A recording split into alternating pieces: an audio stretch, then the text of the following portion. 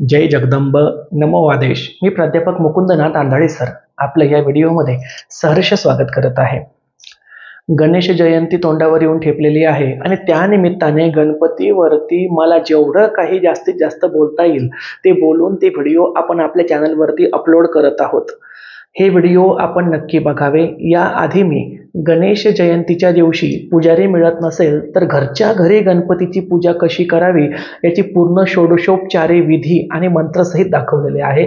तो व्हिडिओ बघायचा असल्यास तुम्ही आजच्या व्हिडिओच्या डिस्क्रिप्शन बॉक्समध्ये जाऊन दिलेल्या लिंकवरती नक्की क्लिक करा. तेथे मी ते व्हिडिओची लिंक देत आहे. याबरोबरच गणपतीची सेवा आणि गणपतीची शक्ती आकर्षित करणारे स्तोत्र कोणते, त्याचे नियम कसे, त्याचे पाठ कसे करावे हे स्वतः मी माझ्या आवाजामध्ये उच्चारण करून सुद्धा दाखवलेले आहे. तो सुद्धा व्हिडिओ मी 2 दिवसापूर्वीच या ठिकाणी अपलोड केला, पण तो जर तुम्ही बघितला नसेल तर तो सुद्धा नक्की बघा. त्यासुद्धा व्हिडिओची लिंक मी आजच्या व्हिडिओच्या डिस्क्रिप्शन बॉक्समध्ये देणार आहे, ज्यावरती जाऊन तुम्ही लिंकवरती क्लिक करून तो सुद्धा व्हिडिओ बघू शकता. ते 2 व्हिडिओ नक्की बघा. आणि याच गणपती मालेतील आजचा हा आपला तिसरा व्हिडिओचं कारण असं की जे नवशिके असतात, ज्यांनी कधी गणपतीची स्थापना केलेली नसते, अशांना गणपती आणण्यापासून ती पूजण्यापर्यंत ते अनंत चतुर्दशीला तो विसर्जन करण्यापर्यंतचा सर्व विधी व्यवस्थितपणे समजावून सांगणे हा उद्देश आहे. बरं, जे दरवर्षी आणतात सुद्धा त्यांच्याकडूनही अनेक चुका होत असतील. अशा चुका घडू नये तर ह्या चुका कुठले बदल आपण करायला पाहिजे, काय करावं आणि काय करू नये, आणि गणपतीची कृपा आणि त्याची ऊर्जा अधिकाधिक प्राप्त होण्यासाठी अजून काय काय आपल्याला करता येईल हे सुद्धा आपण आजच्या या व्हिडिओमध्ये बघणार आहोत. आजचा व्हिडिओ साहजिकच थोडा मोठा असणार आहे, कारण मला अगदी अस्तपासून आरंभपर्यंत सर्वच विषय त्यामध्ये घ्यायचे आहेत. परंतु तुम्ही व्हिडिओ स्किप करू नका, शेवटपर्यंत नक्की बघा, जेणेकरून तुम्हाला सर्व माहिती व्यवस्थितपणे समजेल. बघा, सुरुवात होते तर ती गणेश जयंतीला.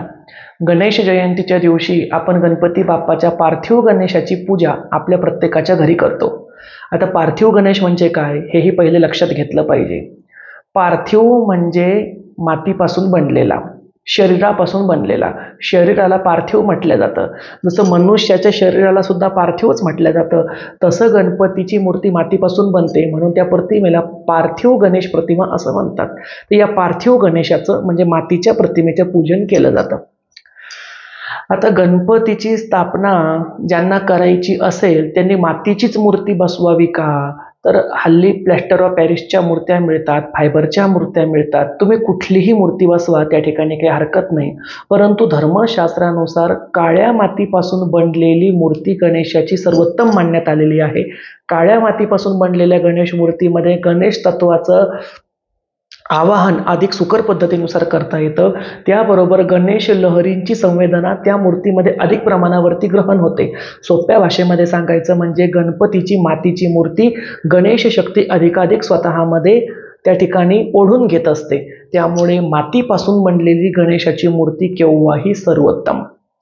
बरं, आता ज्यांना मातीची मूर्ती बसवणं शक्य नाही त्यांनी तर प्लॅस्टर ऑफ पॅरिसची बसवली तर चालेल का, किंवा फायबरची बसवली तर चालेल का? तर हो, असं म्हणतात ना की दुधाची ताकावरती भागवणे. तर ज्यांना मिळत नसेल त्यांनी ती बसवावी, काही हरकत नाही. आता बघा, आता आपण गणपतीची मूर्ती मातीची बसवतो, ती 10 दिवस पूजतो, तिची फार मोठ्या प्रमाणावरती आरास सजावट आणि आपला त्या ठिकाणी मेनू ठरलेला असतो. परंतु पूर्वीच्या काळामध्ये काय होतं हेही जाणून घेतलं पाहिजे. खरी ह्या पार्थिव गणेशाची जी पूजा आहे ही पेशवाईच्या काळामध्ये केली जात होती. कोकणस्थ ब्राह्मण असणारे पेशवे गणपतीला स्वतःचा उपास्य दैवत मानायचे. ते मोठ्या प्रमाणावरती गणपती उपासक होते. सर्वांनाच कल्पना आहे की त्या ठिकाणी असणारे माधवराव पेशवे यांनी स्वतःचा जीव हा थेऊर येथील चिंतामणी गणपतीच्या मंदिरामध्ये सोडला होता. त्यांनी शेवटच्या काळामध्ये स्वतःचा मुक्कामच गणपतीच्या गाभाऱ्यात ठेवला होता आणि शेवटचा त्यांचा प्राण जो आहे, त्यांचा जी प्राणज्योत आहे ती ही गणपतीच्या मंदिरामध्ये मालवली. यावरून हे लक्षात येतं की पेशवाई कुटुंब गणपतीला स्वतःची उपास्य देवता मानत होतं. आता या गणपतीची या मूर्तीची, पार्थिव मूर्तीची पूजा पेशवाई काळामध्ये चालत असे. ती मोजक्या पुरोहित आणि ब्राह्मण आणि काही चित्पावन घराण्यांमध्ये होती, कोकणस्थ घराण्यांमध्ये होती. काही ठिकाणी मुठीचा गणपती केला जात असे. मुठीचा गणपती म्हणजे काय तेही समजावून सांगतो. बघा, स्वतःच्या उजव्या हाताच्या मुठीमध्ये जेवढं धान्य मावेल तेवढे तांदूळ घेऊन ते तांदूळ एखाद्या पाटावरती किंवा चौरंगावरती ठेवले जात आणि दाणे जोडून जोडून त्यापासून तांदळाचा एक गणपती बनवला जात असे. आता ह्या गणपतीचं माप ठरलेलं होतं बरं का, म्हणजे 1 मुठीचा, 1.25 मुठीचा, 2.5 मुठीचा, अशा पद्धतीनुसार 3.5 मुठींचा, 3.5 मुठींचा गणपती हा प्रणव स्वरूप म्हणजे ओंकार स्वरूप मानण्यात यायचा. 3.5 मात्रा म्हणजे ओंकाराच्या अ, उ, म आणि अनुस्वार अशा एकूण 3.5 मात्रांचं प्रतीक म्हणून 3.5 मुठींचाही गणपती असायचा. म्हणजे आपल्या मुठीमध्ये धान्य उचलून त्यापासून गणपतीची प्रतिमा पाटावरती किंवा चौरंगावरती रेखाटणे. आता या ज्या गणपतीची जी सेवा होती किंवा पुरातन काळामध्ये ज्या गणेशाच्या पार्थिव मूर्तीची म्हणजे मातीच्या मूर्तीची सेवा होती ती फक्त एकाच दिवसाची होती. पूर्वी फक्त एका दिवसाचा गणपती असायचा. गणेश जयंतीच्या दिवशी ह्या गणपतीची स्थापना व्हायची. मग तो तांदूळापासून रेखाटलेला असो की मातीचा असो आणि त्याचं विसर्जन सुद्धा त्याच दिवशी रात्री थाटामाटाने केलं जायचं. परंतु पुढे भारताच्या स्वातंत्र्य संग्रामामध्ये भारतीयांमध्ये एकोपा राहावा आणि क्रांतिकारींना एकमेकांशी हितगुज करता यावी, एकत्रीकरण करता यावं, यामुळे लोकमान्य टिळकांनी त्या ठिकाणी सार्वजनिक गणेशोत्सवाची सुरुवात केली. हे आपल्यापैकी सर्वांनाच माहिती आहे. आणि एका दिवसाचा गणपती हा 10 दिवसांचा उत्सव बनला. पूर्वी सार्वजनिक गणेश मंडळांमध्ये गणपतीची स्थापना होत नसे. लोकमान्य टिळकांच्या काळापासून ती सार्वजनिक गणेशोत्सवाची चालना सुरू झाली आणि गल्लोगल्ली चौका चौकामध्ये गणपती बाप्पाचं पूजन होऊ लागलं.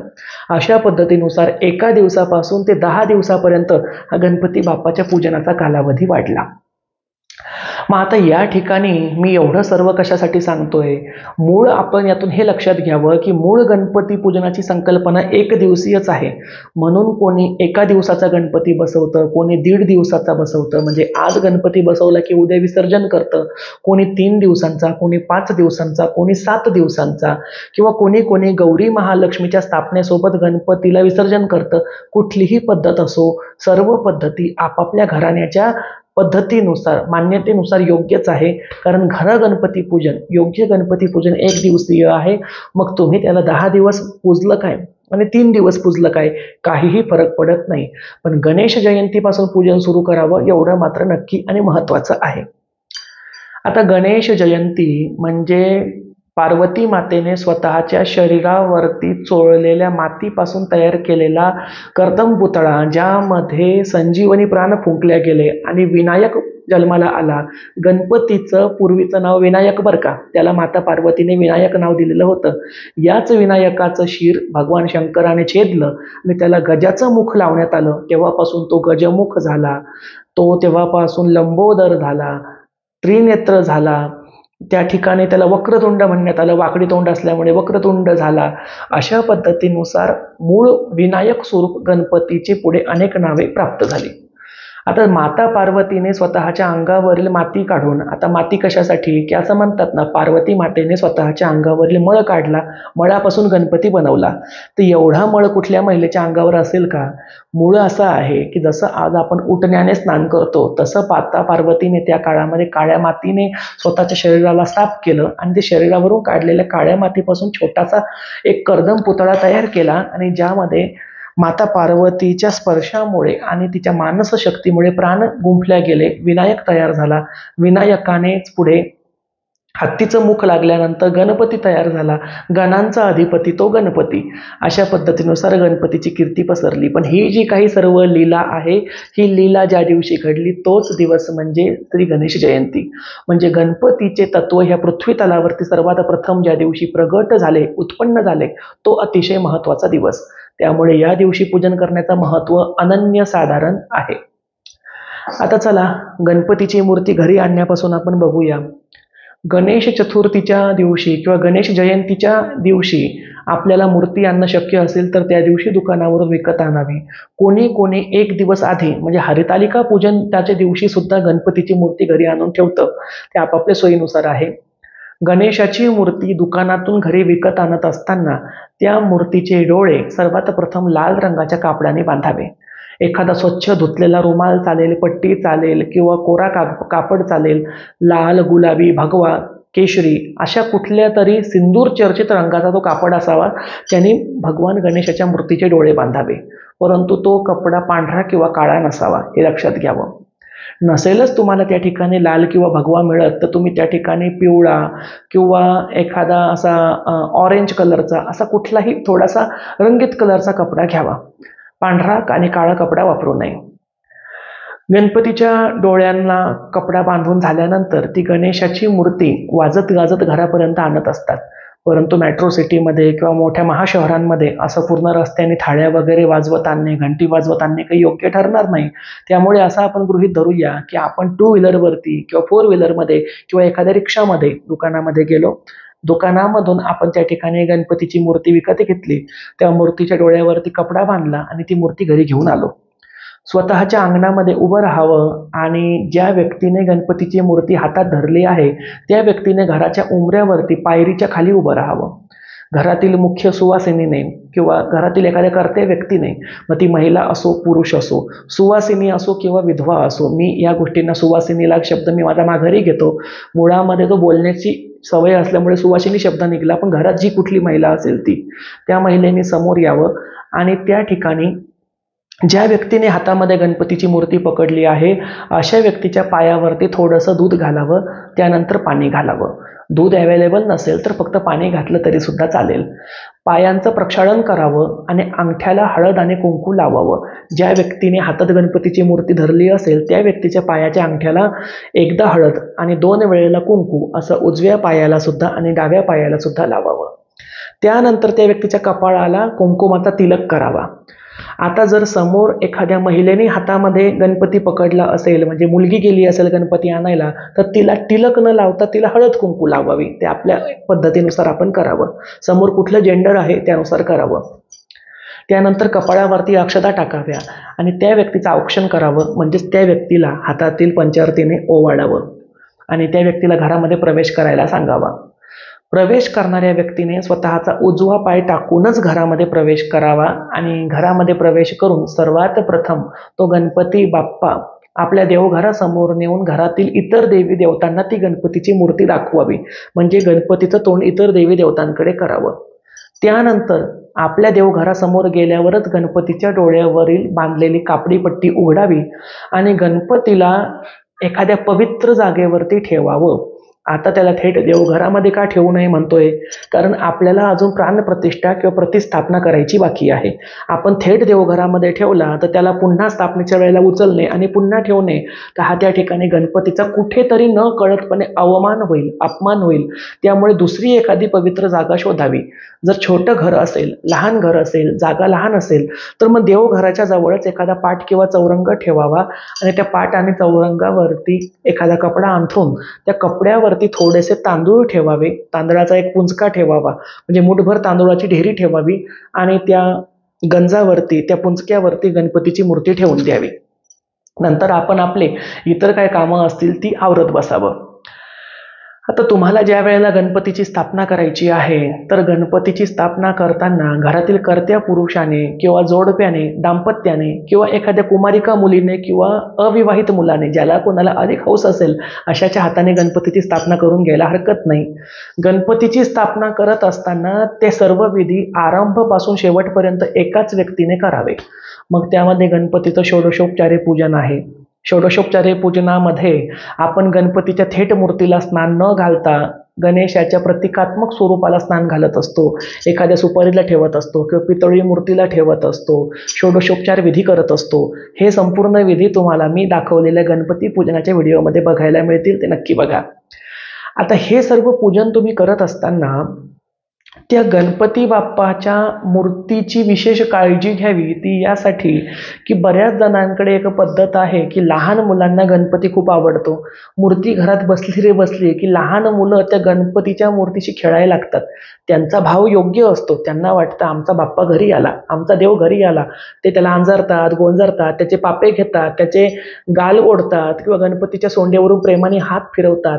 हा त्यांचा लाड ठीक आहे, परंतु अजाणतेपणे यामुळे गणपतीच्या मूर्तीची क्षती होऊ शकते. सोंड तुटू शकते, कान तुटू शकतो, मूर्तीला स्क्रॅचेस जाऊ शकतात, भंग पावू शकते. अशा कारणास्तव लहान मुलांना विशेष करून खेळण्यासाठी आपण दुसरं एखादं खेळणं द्यावं, गणपतीची मूर्ती वेगळी ठेवावी हे या ठिकाणी विनंतीपूर्वक सांगतो. कारण हे उदाहरणं मी माझ्या डोळ्यांनी बघितलेली आहेत. थेट गणपतीची मूर्ती घरात आणली की स्थापना होण्याच्या आधीच मुलं तिच्यासोबत खेळतात आणि आई वडील कौतुकाने बघतात की बापरे, आमचा मुलगा किती प्रेमाने गणपतीच्या मूर्तीशी खेळतोय असं सांगतात.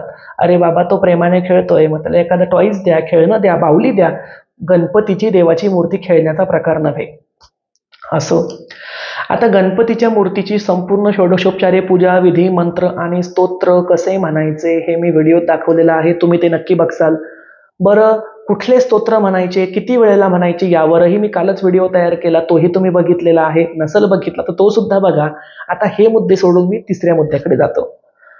गणपती बाप्पाला दररोज नैवेद्यामध्ये मोदकच द्यावे का, हा एक प्रश्न. बघा, गणपतीला दररोजच मोदक द्यावे असं कुठलाही नियम नाहीये. गणपतीला मोदक आवडतात हे खरं आहे, पण आपण भावभक्तीने परमेश्वराला जे काही अर्पण करू त्याला ते मान्य असतं. त्यामुळे तुम्ही एखाद्या वेळेला सांजा किंवा शिरा, लापशी किंवा त्या ठिकाणी आणखीन इतर कुठली गोड वस्तू जर ठेवली, लाडू वगैरे, तर गणपती तो घेणारच आहे. आपण जो भावाने देऊ तो ईश्वर ग्रहण करत असतो. हा, मोदक त्याला विशेष आवडतात हे तर सांगायला नकोच. मग त्यामुळे तुम्ही जर कणकेचे मोदक असतील, ज्यामध्ये आपण गुळाचं खोबऱ्याचं सारण भरून ते तळून काढतो, त्याला तळणीचे मोदक म्हणतात, ते तळणीचे मोदक दाखवू शकता. किंवा उकडीचे, तांदळाच्या पिठीपासून उकड तयार करून त्यापासून उकडीचे मोदक, जे कोकण किनारपट्टीमध्ये विशेष प्रिय आहे, तसले उकडीचे मोदक दाखवू शकता. आणि तुमच्याकडे जर एवढा वेळ नसेल तर सरळ सोपं तुम्ही पेढा विकत आणून पेढ्यापासून हातावरती मोदकाचा आकार देऊन त्याचे सुद्धा मोदक करून ते गणपतीला अर्पण करू शकता. काहीही अर्पण करा, काही हरकत नाही.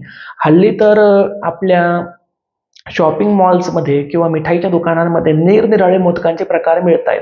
जसं की पिस्त्यापासून किंवा खडीसाखरेपासून बनलेला मोदक, काजूपासून बनलेला मोदक, पंचखाद्यापासून बनलेला मोदक, मँगोचा मोदक, आणखीन बरेच बरेच बरेच प्रकार कसले कसले आहेत. चॉकलेटचा मोदक सुद्धा मी बघितला. जे काही मुलांना आवडेल किंवा घरच्यांना आवडेल असा नैवेद्य आपण मोदकाचा गणपतीला दाखवावा, पण खरा मान मात्र गुळ खोबऱ्याच्या मोदकाचा आहे, एवढं विसरू नये. आता गणपतीला दररोज त्या ठिकाणी दुर्वा वाहणे आवश्यक आहे का, तर हो, गणपतीला दररोज दुर्वा व्हाव्या. पण जर एखाद्या दिवशी तुम्हाला दुर्वा वाहणे शक्य झाले नाही तरी काही हरकत नाही. नुसत्या फूल पानाने हाराने गणपतीची पूजा केली एखाद दिवशी तरी सुद्धा चालते.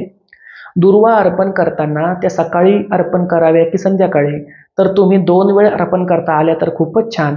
आणि निदान 2 वेळेला अर्पण होत नसेल तर सायंकाळच्या गणपती पूजनामध्ये दुर्वा मात्र नक्की व्हाव्या. आता या ठिकाणी आणखीन एक प्रश्न निर्माण होतो की दुर्वा अर्पण करताना त्या अर्पण करायच्या कशा. बघा, दुर्वांची एक जुडी बांधलेली असावी, 21 दुर्वा असाव्या किंवा 11 दुर्वा असाव्या. तशीच जर जुडी नसेल तर 5, 7, 9, 11 किंवा 21 अशा सुट्ट्या दुर्वा घेऊन त्या दुर्वांचे देठ आपण गणपतीकडे करावे आणि देठांचा आणि दुर्वांचा अंकुर स्वतःकडे करावा. अंकुर स्वतःकडे, देठ गणपतीकडे, आणि नंतर ती गणपतीची ती दुर्वांची जुडी गणपतीच्या पायावरती व्हावी किंवा गणपतीच्या हातामध्ये द्यावी. गणपतीच्या डोक्यावर दुर्वा ठेवू नये. बऱ्याच ठिकाणी मी बघतो सरळ दुर्वांची जुडी घेतात, गणपतीच्या डोक्यावर ठेवतात. चरणांशी अर्पण करा किंवा हातामध्ये द्या. दुसरा विषय, गणपतीला अर्पण करताना फुलं सुद्धा गणपतीच्या हातावर किंवा चरणांवरती व्हावी. डोक्यावरती एखादं फूल ठेवलं ठीक आहे, परंतु डोक्यावरती फूल ठेवणे हा रिवाज नाही. ते एक ग्रामीण लक्षण आहे. हां, ज्या लोकांना माहीत नसतं ते कसंही ठेवतात, पण आपल्याला माहिती आहे ना, ईश्वराच्या डोक्यावरती ओझं करण्यापेक्षा फुलं त्याच्या चरणाशी व्हावी, फुलांचा हार त्याच्या गळ्यामध्ये घालावा, दुर्वा त्याच्या चरणाशी व्हाव्या किंवा दुर्वांचे अंकुर त्याच्या हातावरती व्हावे, ही योग्य पद्धत आहे.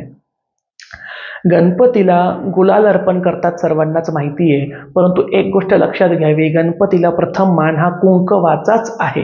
त्यामुळे सार्वजनिक गणेश उत्सव मंडळ असो किंवा आपल्या घरचा गणपती असो, त्याला सर्वात प्रथम कुंकू अर्पण करावं आणि कुंकू नंतरच मग आपण गुलाल वगैरे व्हावा, त्याला हरकत नाही.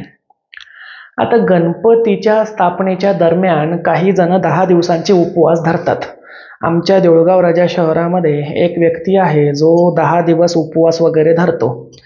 तर असं जर कोणी करत असेल तर हे शाप चुकीचं आहे. याला चुकीचं यासाठी म्हणतो, नवरात्राचे 9 दिवस उपवास धरणे हा कुलधर्म, कुलाचार आहे. लाखो वर्षांची परंपरा आहे. गणपतीचा सार्वजनिक उत्सव ही स्वातंत्र्य काळातील अलीकडची घटना आहे. गणपतीच्या चतुर्थी दिवशी किंवा गणपती गणेश जयंती दिवशी, विनायक चतुर्थी दिवशी अशा खास प्रसंगी तुम्ही अंगारिकेच्या दिवशी उपवास धरू शकता. परंतु 10 दिवस उपवास धरणे हे केवळ केवळ केवळ मूर्खपणाचं लक्षण आहे. 10 दिवस उपवासाला कुठलाही धर्मशास्त्रीय आधार नाही, त्यामुळे 10 दिवस उपवास धरू नये. आता ज्यांना धरायचेच असतील त्यांना थोडी कोणी अडवायला जाणार आहे म्हणा, पण मी सांगतोय, एक जस्ट सांगतोय. आता बघा, गणपतीच्या वेळेला बऱ्याच वेळेला आता सार्वजनिक गणेश उत्सव मंडळांमध्ये तर मोठ्या आवाजात स्पीकरवरती गाणी लावलीच जातात, तर त्याला जाणून बुजूनच सार्वजनिक स्वरूप आहे. परंतु घरच्या गणपतीजवळ सुद्धा डीजेची गाणी लावली जातात. त्या डीजेच्या गाण्यामध्ये अश्लील अश्लील शब्द असतात. कुठे शांताबाई, कुठं रस प्यायला ये, कुठे काय ते डॉल्बीवाल्या वाजव तुझ्या डीजेला, कुठे नाचू का शालू, काय कसली कसली गाणी येत आहेत. ती शालू असो, ती शांताबाई असो, तो गणपती असो, तिकडे ती रस पेणारी कोण, ती कोण असो, हे सर्व तुम्ही घराच्या बाहेरही ठेवू शकता ना. त्यासाठी आपले सार्वजनिक लग्न समारंभ आहे, वराती आहे, त्याच्यामध्ये निघणारा परण्या आहे. परण्यामध्ये तर तुम्ही नवरदेवामागे किती नाचा, तुम्हाला कोणी अडवणारं नसतं. घरच्या गणपतीपाशी अशी थिल्लर आणि वाह्यात गाणी लावण्यापेक्षा त्या ठिकाणी ओम गंग गणपतये नमः हा अखंड जाप लावून ठेवू शकता. गणेश अथर्व शीर्ष किंवा गणपती स्तोत्र लावून ठेवू शकता. गणेश कवच लावून ठेवू शकता. गणेश सहस्र नामावली लावून ठेवू शकता. गणपतीच्या संबंधित तुम्ही कुठलंही त्या ठिकाणचं सौम्य आवाजातील स्तोत्र, मंत्र, कवच किंवा पद लावून ठेवावं. किंवा मराठीमध्ये अनेक सुंदर सुंदर गणपतीची गाणी आहेत. तुझं माग तुम्ही आता, हे लता दीदींच्या आवाजातील सुमधुर गाणं आहे. प्रथम तुला वंदितो, गणनायका शुभदायका, नाचत नाचत माझा गणपती आला, गणराज रंगी नाचतो. कितीतरी सुंदर मराठीमधील गाणी आहेत किंवा हिंदीमधील गाणी आहेत जी आपण त्या ठिकाणी लावून भक्तीचं वातावरण तयार करू शकतो. उगाच विभत्स गाणी त्या ठिकाणी नको. बरं, यानंतरचा विषय म्हणजे गणपती समोर नाचणे. तर गणपती समोर नाचावं का? तर हो, तर सार्वजनिक गणेश उत्सव मंडळामध्ये नाचतातच, त्यांना कोण अडवणार आहे. परंतु घरच्या गणपती समोर वेडं वाकडं नाचू नये, अश्लील कपडे घालू नये, अश्लील हावभाव होतील असे वर्तन करू नये, एवढे मात्र सूचना नक्की देतो. पुढचा विषय, गणपतीच्या स्थापनेच्या 10 दिवसांमध्ये मांस, मटण, मांसाहार केलेला चालतो का? तर मी इतर वेळेला जरी मांसाहारी व्यक्तींना पाठीशी घालत असलो तरी आज मी घालणार नाही बरं का. कारण गणपती देवतेला मांस मटण चालत नाही. कोकणामध्ये गौराईला गणपतीला मांस मटण दाखवतात, ती त्यांची एक प्रथा आहे, ती रूढी आहे, त्याबद्दल बोलणे नको किंवा त्यावरती मी कधीतरी वेगळ्या व्हिडिओमध्ये बोलेल. परंतु गणपती स्थापनेच्या दरम्यान घरामध्ये मांस मटण आणणे, स्वतः शिजवणे, खाणे, वाढणे किंवा त्याचं वाटप करणे, संग्रहित करणे ह्या गोष्टी अतिशय चुकीच्या आहे. याच्यामुळे गणपतीचा कोप मात्र घरावरती नक्की होऊ शकतो. म्हणून गणपती स्थापनेच्या कालावधीमध्ये मांसाहार करू नये, शिजवू नये, घरामध्ये आणू सुद्धा नये. ज्यांना खायचाच असेल त्यांनी मग एका दिवसाचा गणपती बसवावा, त्याला विसर्जन करावं, नंतर काय गोंधळ घालायचा तो घालावा, त्यावरती उपाय नाही. बरं, काही जण म्हणतात गणेश उत्सव मंडळामध्ये काही जण मटण खाऊन जातात, ते चालतं का? तर पहा, गणेश उत्सव मंडळामध्ये कोणी मटण खाऊन जात असेल तो त्यांचा वैयक्तिक विषय आहे.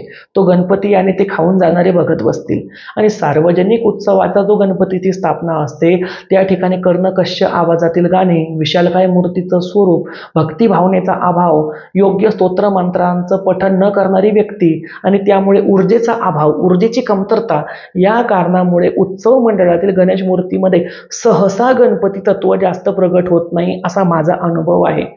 जे मंडळ फार भक्तिभावाने गणपतीची स्थापना करत असेल तेथे बाप्पा नक्की प्रगट होईल.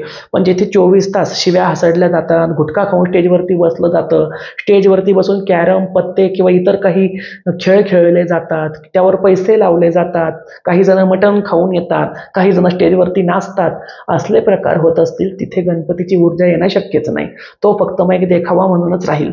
त्यामुळे घरामध्ये तरी अशा गोष्टी करू नये. पुढचा विषय, गणपती स्थापनेच्या काळामध्ये मद्यपान केलं म्हणजे पिलं तर चालतं का? म्हणजे दारू पिली तर चालते का? मदिरा पान केलं तर चालतं का?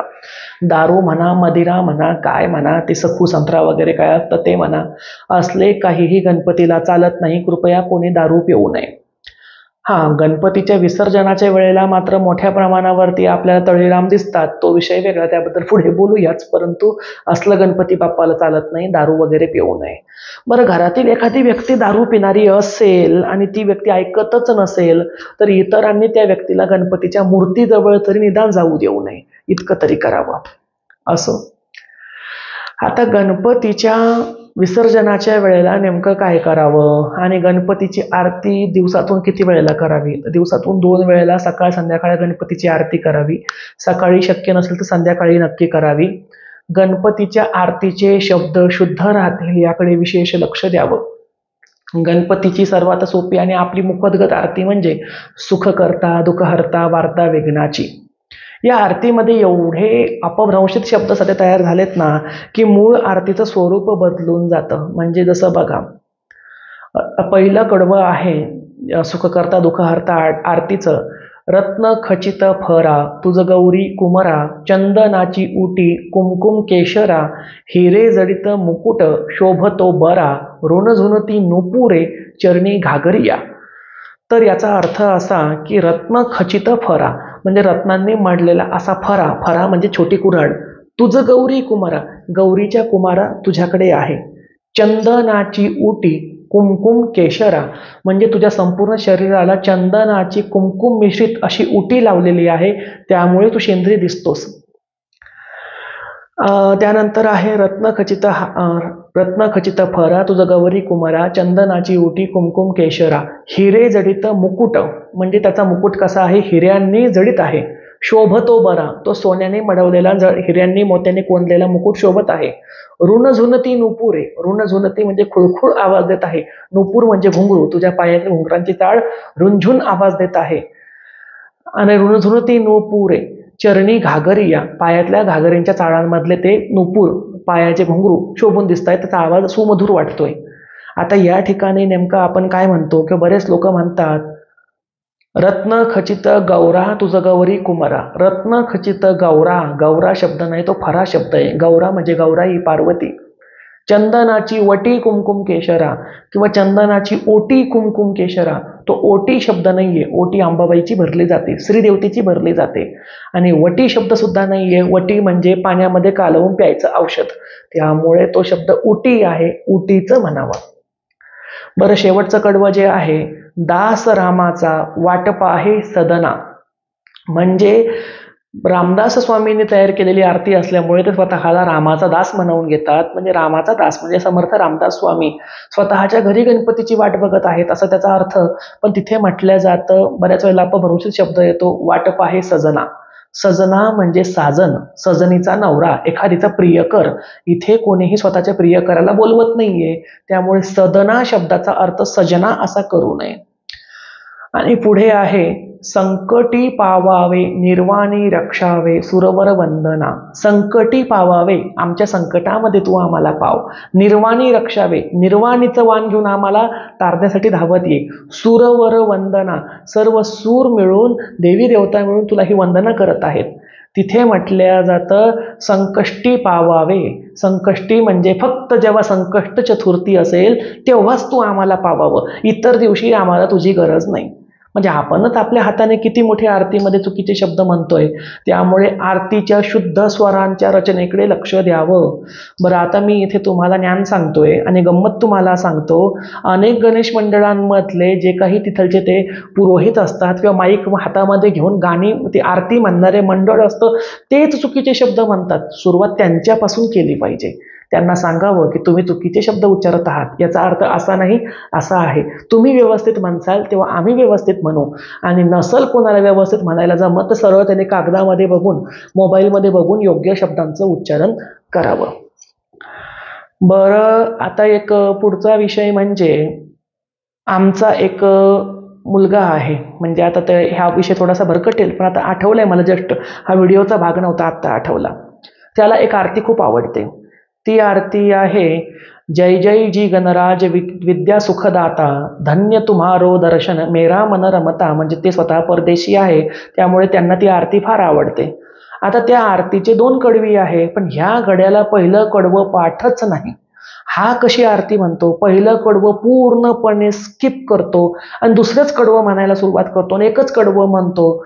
भाव भगत से कोई शरणागत आवे, संतती संपत्ती सबही भरपूर वावे, ऐसे गुण महाराज मोको आधी भावे, गोसावी नंदन निशिदिन गुण गावे. अरे पण त्याच्या आधी सुद्धा एक कडवं आहे, ते कडवं तू म्हण. नाही म्हणे, ते कडवं मला पाठ नाहीये. का पाठ नाहीये? नाही पाठ नाहीये. मग तू दुसरंच कडवं का म्हणतोस? नाही मग मला तेवढंच येतं. मग तुला जर पूर्ण आरतीच येत नाही तर तू म्हणतोस का? नाही मग मला हीच आवडते. असे सुद्धा काही जण नमुने बघायला मिळतात. आता हा व्हिडिओ झाल्यानंतर, हा व्हिडिओ बघितल्यावर त्याला कळेल मी कोणाबद्दल बोलतोय ते. जी आमची शूटिंगची बॅच आहे ती बॅच हसायला लागली आहे, त्यांनाही कळलंय मी कोणाबद्दल बोलतोय. नेहमीचा आमचा आरती म्हणणारा गडी आहे, जे माझे मोजके 5 आहे त्या 5 पैकी एक आहे. पण धड त्याला 10 वर्षातही ती आरती पाठ करायची तसदी भेटली नाही. आणि मी पाठ कर म्हणून सांगितलं तो करत नाही. शेवटी मी एक केलं, ही आरती मी माझ्या मंदिरात म्हणू देणार नाही. म्हणायची ना 2 कडवे पूर्ण म्हण, एकच कडवं आम्हाला तुझं ऐकायचं नाही. अशी गंमत असते.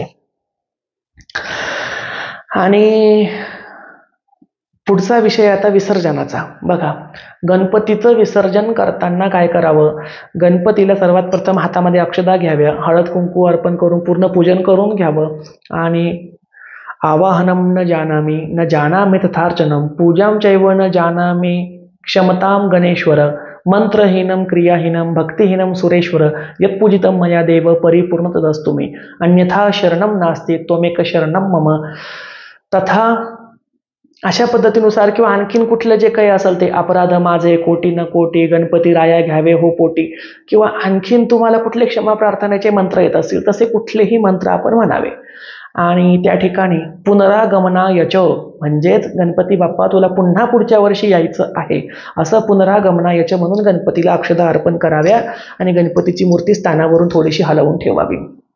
आता गणपतीच्या मूर्तीच्या स्थापनेच्या वेळी कलश भरायचा, समोर फळं कशी मांडायची, काय काय फळं ठेवायची, हे सर्व मी मुद्दाम सांगितलेलं नाही बरं का, कारण ते पूजा विधीच्या व्हिडिओमध्ये सविस्तर दाखवलेलं आहे.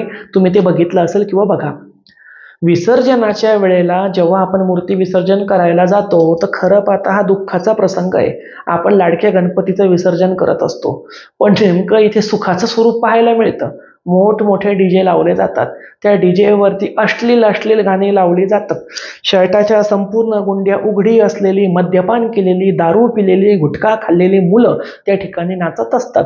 काही जणांना स्वतःची बॉडी दाखवायचा शौक चढतो. मग असे जिम वगैरे करणारे काही मुलं, सर्वच काही मुलं स्वतःचा पार शर्ट बनियन काढून उघडे भप मारुती सारखे होतात, स्वतःची बॉडी दाखवायला लागतात.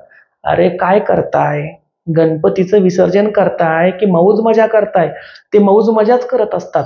आणि अशा पद्धतीनुसार थिल्लर थाल्लर गाणी वाजवत त्या मूर्तीला नेतात आणि एखाद्या पाण्याच्या ठिकाणी तिला टाकून देतात. हे अतिशय दुर्दैवी आहे. गणपती स्थापनेच्या वेळेला ही चांगली गाणी वाजवावी, जातानाही चांगली गाणी वाजवावी. बरं ठीक आहे, तुम्हाला नाचायचंच आहे ना, तर मग नाचण्यासाठी सुद्धा गणपतीची गाणी डीजेवरती लावा ना. ताशाचा कडाड कडकड झाला ना गणपती माझा नाचता आला, यावरती उत्तम ठेका आहे. त्यानंतर आपलं चिक्क मोत्याची माळ होती ती सतोड्याची ग, ही असली गाणी काही डीजेवरती वाजवा आणि त्यावरती नाचा. त्यावरती आलतू फालतू गाणी वाजवणं गरजेची आहे का? सोडा सोडा राया हा नाद खोळा, तुम्हावर केली मी मर्जी बहाल, किंवा ते कुठलं होतं कैरी पाडाची. अरे कुठली कैरी पिकवताय पाडाची? इथे गणपतीला विसर्जन करताय, पाराची कैरी पिकवताय. हे काही योग्य नाही, हे थांबलं पाहिजे. हे सर्व मी माझ्या आजूबाजूला जे बघतो ना त्याच्यातून हे सर्व समोर आलंय. बरं, गणपतीच्या स्थापनेच्या वेळेला आणखीन काय करू नये? तर गणपती मातीचा ठेवावा, वेळप्रसंगी प्लॅस्टर ऑफ पॅरिसचा ठेवावा. तो कुठल्याही विचित्र गोष्टींनी बनवू नये असं माझं मत आहे. मध्यंतरी मी बघितलं जे गोट्या खेळतात ना लहान मुलं, हिरव्या रंगाच्या काच गोट्यांपासून गणपती बनवला होता. एका व्यक्तीने सायकलपासून गणपती बनवला, सायकलच्या टायरापासून गणपती बनवला. एका व्यक्तीने केकपासून गणपती बनवला, एका व्यक्तीने चॉकलेटपासून गणपती बनवला. केक आणि चॉकलेटचं गणपतीचं नंतर करायचं काय? तर म्हटले कापून खायचा. म्हणजे किती विभत्स प्रकार आहे हा. म्हणजे आपण कसायापेक्षाही कसाही झालो. ज्याला 10 दिवस पूजलं त्याला कापून तुकडे करून खाणार आपण. मग आपल्यापेक्षा जालिम कोण सांगा ना तुम्ही. बरं, रक्तापासून गणपती बनवतात आणि तुपापासून गणपती बनवतात काही जण. तुपापासून बनलेला गणपती शेवटी काय करायचा? तर तूप रव्यामध्ये भाजूनच खायचं ना, वितळवायचंच ना. रक्तापासून बनलेला गणपती काय करणार तर फेकून देणार. रक्तापासून कुठे गणपती बनवतात का? तुपापासून आणि इकडे खाण्याच्या पदार्थापासून कुठे गणपती बनवतात का? ज्याच्यापासून मोदक बनवायचा त्यापासून आपण गणपती बनवणार. असे प्रकार करू नये. अशामुळे गणपतीची अवकृपा मात्र नक्की नक्की नक्की होते. याचं एक उदाहरण मला या ठिकाणी सांगायला आवडेल. नावगाव घेणार नाही, फक्त उदाहरण देतो. एका गणेश मंडळाने गणपतीची स्थापना केली आणि त्या गणपती स्थापनेच्या दरम्यान समोर देखावा केला. तो देखावा त्यांनी फाशी घेतलेल्या शेतकऱ्याचा केला.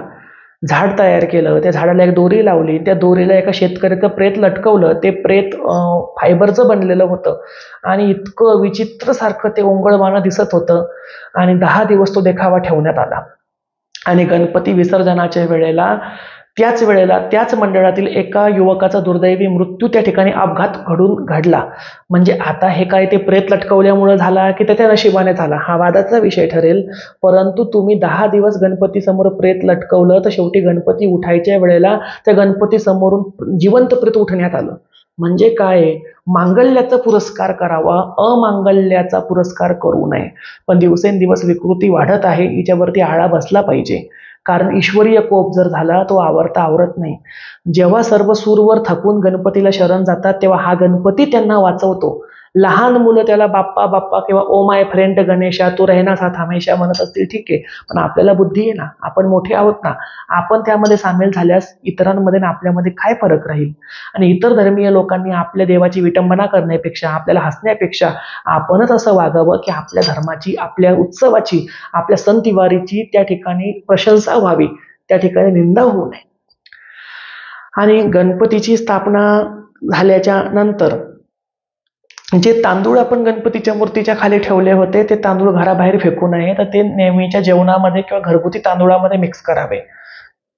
तेही शक्य नसतील तर आपण त्याला एका पुडीमध्ये बांधून, पुरचुंडीमध्ये बांधून अलमारीमध्ये ठेवू शकतो.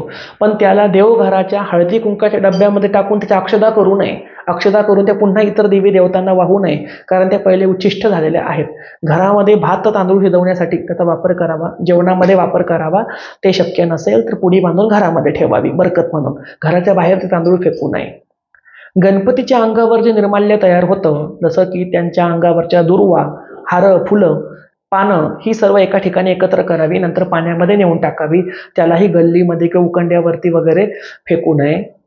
गणपतीची मूर्ती स्थापन करताना ती कशी करावी आणि काय करावं तेही सांगतो.